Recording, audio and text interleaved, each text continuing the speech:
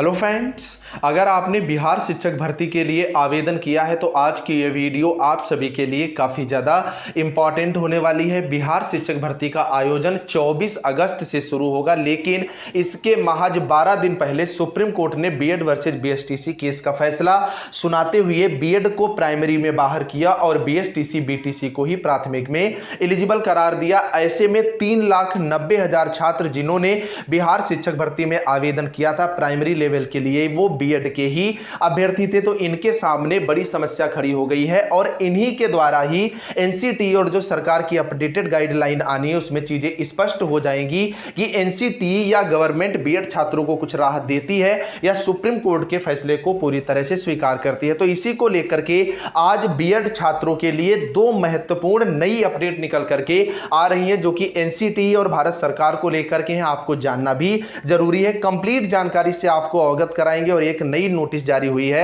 उससे भी आपको अवगत कराएंगे। आप लोग वीडियो में लास्ट तक बने रहिएगा और चैनल पर नया हो तो भैया चैनल को तो सब्सक्राइब कर ही लो, क्योंकि ये चैनल आपको समय समय पर सारी अपडेट रियल और ऑथेंटिक तरीके से प्रदान कर रहा है। तो सबसे पहले अगर आप यहां पर देखोगे आज के न्यूज़पेपर में अपडेट है, ये अपडेट देखिए, उसके बाद हम लोग नोटिस पर बढ़ेंगे। बीपीएससी ने दी जानकारी 24 से 26 अगस्त तक 800 परीक्षा केंद्रों पर जो है परीक्षा होगी। 1,70,000 शिक्षक भर्ती में निगेटिव मार्किंग नहीं है। रिजल्ट 25 सितंबर को जारी किया जाएगा। अब मेन चीज यहां पर आप देखेंगे, सरकार की स्पष्ट गाइडलाइन नहीं आने तक बीएड अभ्यर्थी परीक्षा देंगे, लेकिन इनका रिजल्ट जो है वो लुकेगा। तो इसको लेकर के यहां पर इनसे कुछ क्वेश्चंस किए भास्कर एक्सप्लेनर ने कि कक्षा 1 से 5 तक शिक्षक में बीएड अभ्यर्थी योग्य नहीं के सुप्रीम कोर्ट के आदेश के बाद क्या बीएड अभ्यर्थी परीक्षा में शामिल हो सकेंगे। तो आप भी देख सकते हैं यहां पर जवाब आया, हां, कक्षा 1 से 5 तक के शिक्षक पद के लिए बीएड अभ्यर्थियों ने आवेदन दिया है, वे परीक्षा में शामिल हो सकेंगे। परीक्षा देने से इन्हें रोका नहीं जाएगा।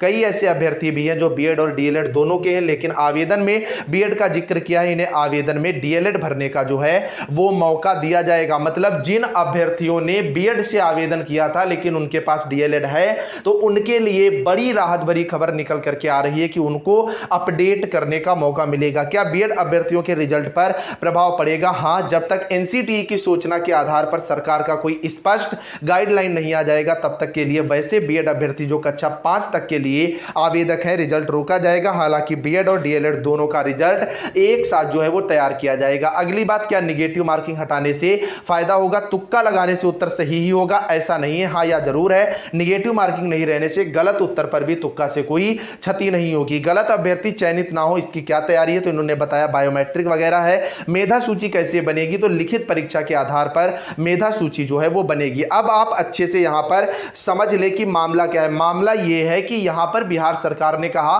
कि मैं तो बीएड को मौका दे रहा हूं, मेरे को इस मामले से कोई मतलब नहीं है। नोटिफिकेशन में भी मैंने स्पष्ट किया था। अब बीएड के सामने अगर एक उम्मीद बची है वो यही बची है कि ये जो आपका सुप्रीम कोर्ट का फैसला ये 11 अगस्त से लागू होगा और बिहार शिक्षक भर्ती का नोटिफिकेशन इससे एक महीने पहले आ चुका था। जैसे यूपी के अंदर 69,000 शिक्षक भर्ती थी या 68,000 जो 500 भर्ती थी, उन सबको अपनी जो नौकरी कर रहे हैं उनकी नौकरी चलती रहेगी, उस पर कोई असर नहीं पड़ेगा। तो इस आधार पर हो सकता है एनसीटी बिहार शिक्षक भर्ती में बीएड को मौका दे दे। वैसे बीएड छात्रों को यहां पर अभी मौका मिलने की जो है वो उम्मीद कम दिख रही है। तो मैंने ये बात आपसे पहले भी कही थी, अगर आपकी तैयारी बेहतर है तो आप लोग एग्जाम देने जरूर जाएं। अदरवाइज यहां पर सीटेड पेपर फर्स्ट का भी आपका जो रिजल्ट है वो भी रुकना तय है, सीबीएसई ने पहले ही कह दिया था। तो ऐसे में आपको नियुक्ति मिलेगी इसकी उम्मीद जो है वो बिल्कुल ना के बराबर है। अभी आप लोग थोड़ा सा इंतजार जरूर कर लें, हो सकता है 1-2 दिन के अंदर एनसीटी गाइडलाइन जारी कर दे, जिससे सब कुछ जो है वो अपडेटेड रूप से आपको पता चल जाएगा कि बीएड शामिल हो रहा है नहीं। बाकी की अपडेट के लिए आप लोग चैनल को जरूर सब्सक्राइब करें। कमेंट में बताएं आपको क्या लग रहा है,